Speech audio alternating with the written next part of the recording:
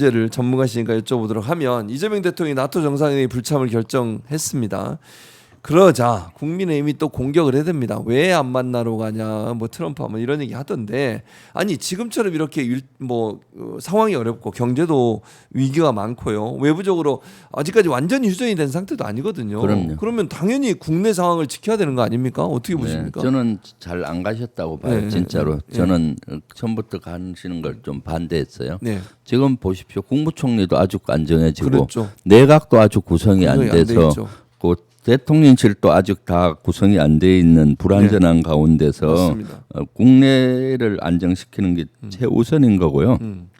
그리고 나토는 군사 협의체잖아요. 네, 맞습니다. 가면은 나토 전략에 그냥 말려들 수가 있어요. 그러니까 우리가 사실은 국익 중심의 실용 외교를 해야 되는데 그렇지 못할 수가 있고, 네. 지금 나토 정상회담이 열리는 이런 시점에서는 지금 이란과 이스라엘, 미국 중동전이 이루어지고 있는 상태에서 네. 지금은 휴전으로 가고 있긴 하지만은 네. 이것은 아주 격변기잖아요. 그렇습니다. 이럴 때 이제 국내에서 우리 교민의 안전 또 경제 이런 걸 챙겨야 되는 거거든요. 네. 그래서 그러면은 당연히 국내에서 이런 걸 챙기는 것이 우선인 거죠. 예, 그래서 안 가신 거고, 안 간 그 거죠. 대신 위성락 안보실장을 보냈잖아요. 보냈죠. 예, 사실 나토는 대통령이 정상이 직접 가는 것보다 네네. 우리가 회원국이 아니거든요. 그렇죠, 회원국 그렇기 아니죠. 때문에 옵저버국이에요. 예. 옵저버국이기 때문에 네. 외교부 장관이나 안보실장 정도 보내는 것이 그렇죠. 적격이다. 이거는 윤석열 정부에서도 제가 주장했던 거예요. 대통령 직접 가지 마라. 네네. 그 외교부 장관 정도 보내면 된다라는 게 저의 주장이었는데 이번에 그렇게 한 거죠. 그러니까요. 네. 그리고 이번에 보십시오. 옵저버국으로서 가도 네.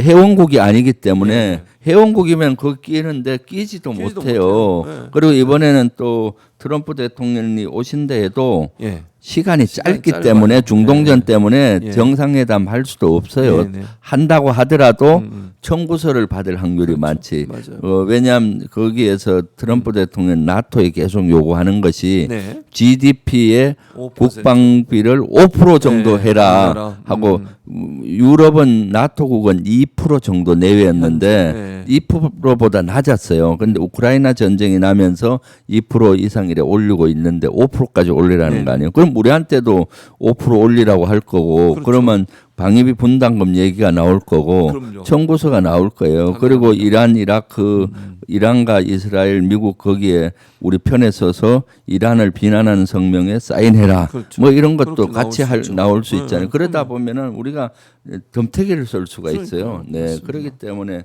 거기에서는 다자 회의에서는 치밀하게 준비하지 않고 가면은 아무 별 소득이 없이 예. 왜 그 변두리만 돌다가 오는 네. 경우가 많아요. 회원국이 아니니까. 네네. 알겠습니다. 그래서 일본의 이시바 총리도 네. 나토의 불참을 발표했는데, 이게 우리나라 이재명 대통령이 발표하고 나니까 네. 제 개인적인 생각이다만 눈치 보고 있다가 자기도 그냥 쓱 안 간다고 한 게 아닌가 하는 생각이 개인적으로 듭니다. 아, 그렇죠. 그러니까. 그럴 저는 네, 확률이 호주 아주 많다고 총리도 봐요. 안 가기로 그렇죠. 했고요. 네. 원래 예. 나토에서 옵저버국으로 4개국을 어떻게든 연결시키려고 해왔어요. 네. 그 4개 국가가 호주, 네덜란드, 우리 대한민국과 일본이에요. 네네. 이 4개 국가를 연결하면은 나토와 이렇게 연결해서 인도 태평양 전략이 미국 입장에서 완성이 돼요. 네. 중국과 러시아의 포위 전략으로 보이는 건데, 그래서 4개 국가를 어떻게 연결하려고 하는데 윤석열 정부에서는 그걸 덥석 물었어요. 그래서 거기에 하다 보니까 여러 나라들, 중국이나 러시아 뭐 여러 나라들하고 또 동남아 국가하고도 별로 좋은 관계가 유지가 되지 못했고, 그래서 이번에 이 4개 국가도 껄끄러운 거예요. 옵저버국으로 가서 덤탱이 쓸 확률이 많잖아요. 그러니까 이란, 호주 눈치 보다가 우리 안 간다고 하니까 을싸졌다고. 우리는 안 가. 부담이 줄어들잖아요. 제일 먼저 얘기하는 사람이 제일 부담인데. 그렇지 않았나 저는 그러니까, 그래서 생각하고 저도 그런 생각이 있어요. 들어요. 맞습니다. 네덜란드는 좀 약소국이잖아요. 네. 그러니까 어떻게든 가서 또 해야 되고. 근데 4개국 중에 3개국이 정상은 안 간 거예요. 아마 맞습니다. 장관급은 갔을 수 그럴 있겠네요. 것 같아요. 예. 네. 호주도 국방장관이 간다 네, 그러고요. 네, 대신 네, 가니까. 네. 자, 중동 전쟁 얘기도 좀 해봐야겠는데 이스라엘과 이란의 휴전 합의 소식은 예상 밖의 전개였긴 했는데 아직까지도 완전 휴전된 게 아까 잠깐 제가 기사 보여드렸습니다만 네. 이란도 지금 계속 공격하겠다는 입장을 보이고 있고 이스라엘도 휴전 협정을 이란이 어겼다고 주장을 하고 이러면서 한시까지는 불안한 동거가 지금 계속되고 있는데 네. 그 트럼프의 발표가 어떤 정치적 외교적 의도가 있다고 생각하세요? 휴전 관련해서 왜 미국은 이렇게 휴전을 쭉 이렇게 진행해 왔는지? 네. 예. 큰 틀에서는 휴전에 대해서 그 틀이 잡힌 것 같아요. 네. 그래서 아마 트럼프 대통령이 자기 SNS에 올렸잖아요. 네. 이제 휴전하고 뭐 이렇게 맞습니다. 그랬을 때 그 휴전으로 가는 건 맞다고 봐요. 네. 왜냐하면은 이스라엘에 있는 장관도 네. 이스라엘과 트럼프의 결단에 감사하다라고 올렸으니까 그런 것 같고 네. 이란의 장관도 우리는 휴전을 얘기한 바가 없다. 단지 이스라엘이 공격을 몇 시까지 멈추면은 자기들 또 추가 대응은 안 하겠다. 그건 자존심 문제니까 그렇죠. 휴전을 네. 인정하면은 자기들이 패배를 인정하는 것 같잖아요. 네네. 신나게 얻어 터지고 바로 휴전하니까 그렇지 않습니까? 예, 예. 피해가 많은 상태에서 휴전이 되면은 국내 여론도 안 좋으니까 좋죠. 휴전을 인정은 안 하지만은 이스라엘이 공격 안 하면 더 이상 우리도 대응을 안 하겠다는 식으로 얘기했기 때문에 큰 틀의 휴전은 이루어진 것 같은데 네. 사소한 이런 충돌은 지속될 겁니다. 그리고 이 이후에도 네. 이제 핵 협상을 위한 정치적인 협상 테이블이 이루어지겠죠. 네. 그때까지 치열한 신경전으로 소규모 이런 서로 미사일로 주고받는 이런 정도는 지속될 수가 지속될 있다라고 보여집니다. 자 그러면 향후에 미국의 외교 정책이 어떤 영향을 미칠 것이 이것도 좀 눈여겨 봐야 될 것 같은데 이런 상황이 향후 미국의 외교 정책 변화를 네. 이끌어올 수 있을까요? 어떻습니까? 네, 저는 미국이 이번에 특히 트럼프가 네. 자신감을 많이 얻었다고 오. 봐요. 이것이 완전히 휴전되면은 네. 자기들이 개입해서 그렇죠. 실제 실적이라고 생각하죠. 예, 하고 그 이란을 어느 정도 그 핵 개발을 저지를 어느 정도 네. 했고 네. 이란을 다시 협상 테이블로 데리고 와서 핵 개발 의지라든가 이런 걸 할 수가 있게 되기 때문에 그거 봐라 트럼프 입장에서 내가 딱 개입하고 하니까 이렇게 되지 않느냐 네네. 하고 트럼프 입장에서는 큰 성과일 거예요. 그리고 중동에서의 패권을 더욱더 강화할 거라고 보고 있고요. 그러면 우리 한반도의 영향이 문제인데 네. 한반도도 지금 북한을 비핵화를 해야 되지 않습니까? 네. 그러면 북한하고 미국의 협상 우리도 관련하고 여기에서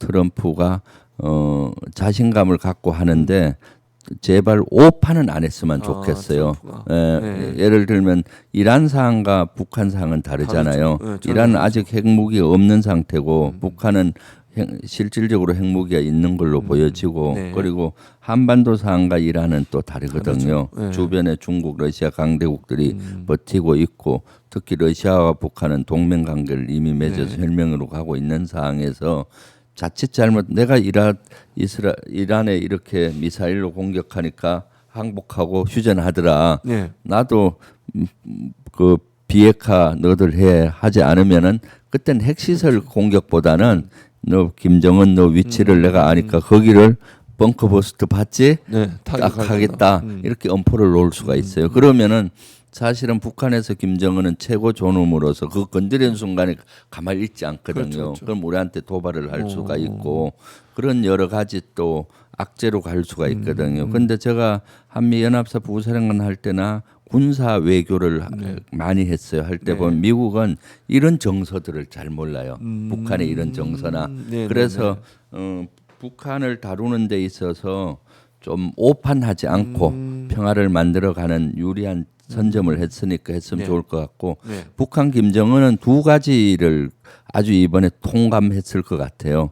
미국의 벙커버스트라든가 이런 탄의 위력들. 그래서 되게 위기감을 느낄 거예요. 자기가 은신처라든가 이런 데는 다 지하에 있는데 맞아요, 지하에 그것도 있죠. 뚫고 할 수가 있겠구나 하는 벙커버스터. 그 그리고 이거 비핵화를 하게 되면은 오히려 더 자기가 안 좋지 않겠느냐 해서 핵을 더 고집하지 않겠느냐 하는 여러 가지가 있는데 어쨌거나 저는 이란하고 이스라엘 여기 전쟁이 빨리 종전이 돼야 된다고 봐요. 그래야 미국의 우선순위가 한반도로 시선이 오거든요. 그래야 평화를 만들어 갈 수 있잖아요. 네. 지금 거기 일어나는 순간 최우선순위가 중동이고 그렇죠. 그다음 우크라이나와 러시아 전쟁이고 그다음 대만 문제 우리가 후순위거든요. 그렇습니다. 빨리 이거를 우선순위에 가야 한반도에 어떻게든 평화의 물꼬를 들 수가 있지 않습니까? 네. 네네. 알겠습니다. 자, 그런데 이란이 미군 기지, 카타르에 있는 미군 기지에 폭격을 하면서 미리 알려줬다고 그러더라고요. 네네. 그래서 트럼프가 고맙다 이런 얘기까지 했다고 하던데, 네, 그럼 왜 이란은 이러는 걸까요? 이거 보여주기식 아닙니까? 그렇죠. 의원님? 이란은 사실은 공격을 받았기 때문에 미국으로부터 공격을 받았기 때문에 보복을 해야 되죠. 국내 여론상. 그런데 보복을 미국에 해서 미국이 피해가 많으면 미국은 또 가만히 안 있지 있거든. 않죠. 그럼 또 이게 전쟁이 더 크게 되잖아요. 네네. 그러니까 미국에게 미리 알려주고 내가 공격할 땐 다 피해.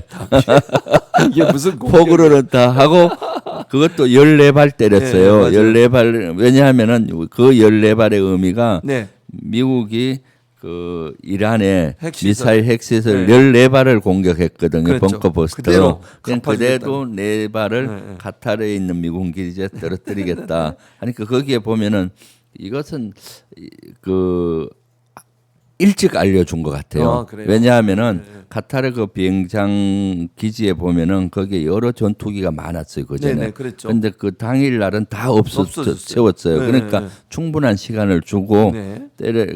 때린다고 하니까 어떻게 합니까? 거기에 뭐 패트리어트든 뭐 이런 방어 무기를 설치하고 스탠바이가 돼 있으니까 네. 14발 중에 13발은 공중에서 다 방어가 됐고 한 한 발 떨어졌는데 네. 피해가 없잖아요. 그래서 없죠. 피해가 없으면은 미국이 대응을 안 해도 되잖아요. 해도 되죠. 그래서 이것은 휴전으로 가기 위한 네. 그리고 또 미국도 이 정도는 충분히 이해한다. 너희들 알았어. 그 정도는 이해하니까 미리 괜찮아. 알려줘서 고맙고 네. 피해 없었으니까 됐어. 휴전 가자. 이렇게 되는 거죠. 그러니까요. 네. 그래서 이제 근데 휴전 합의가 아까도 말씀드렸지만 완벽하게 지금 이루어졌다고 보기 어려운 상황이고 장기적 안정화에는 기여할 수 있을 건데 장기적으로 보면 휴전으로 가겠죠. 전쟁이 더 악화될 가능성은 좀 낮다고 보십니까? 어떻습니까? 휴전으로 가죠. 왜냐하면은 지금 휴전으로 가는 이유는 네. 이스라엘과 미국 입장에서 보면은 사실은 이란의 핵 개발 때문에 그렇거든요. 시설을 어느 정도 파괴를 했기 때문에 앞으로 핵 개발하는 데는 또 10년이나 수십 년이 걸릴 수 있다라고 하니까 이란이. 저지할 수가 있잖아요. 네네, 이란이. 네네. 그러니까 어느 정도 본인들의 목표는 어느 정도 달성한 겁니다. 이란 입장에서 보면 이걸 더 크게 하면 지금은 지상전이 아니잖아요. 아니죠. 지상전이면 이란도 해볼만 할 거예요. 자기 예, 땅이니까 예. 인구도 많고 땅도 넓으니까. 그런데 공중전이니까 해봐야 미사일이나 그렇죠. 드론이나 네. 미사일 방어 전투기잖아요. 거기에는 아주 그 방공망도 거의 무력화됐기 때문에 미사일도 얼마 남지도 않고 이것이 계속 전쟁을 끌고 가면 본인들이 계속 피해만 커지니까 지금에서 멈추고 다시 이제 그 숨어서 칼을 갈아야 되겠다. 네. 이렇게 생각하겠죠. 네네. 혹시 이제 그래서 지금 말씀하신 것처럼 이란이 핵 문제 또 지역 패권 같은 문제 이런 문제 근본적인 불안 요소가 남아 있기 때문에 언제든 또 재발할 수도 있지 않겠나. 그러니까 전쟁이 이런 네. 얘기, 의견도 있던데 의원님 어떻게 보세요? 그건 당연하죠. 왜냐하면은 이란이 핵 개발을 하겠다는 의지를 꺾은 거는 아니에요. 완전히 예, 우리 핵 개발 포기할 게 아닐 겁니다. 이란은 어떻게든 핵 개발을 하려고 하는데 지금은 이제 당분간은 안 하겠다. 네. 당분간은 협상을 하게 되면은 그런 어느 수준을 하지만 계속 아마 숨어서 네. 그 개발을 할 확률이 많거든요. 그렇게 개발을 하는 한 계속 이스라엘하고 충돌이 일어날 거고 그렇죠. 미국과도 충돌은 일어나는데 이것은 완전히 해결하기는 어렵습니다. 어렵다. 네, 네. 네.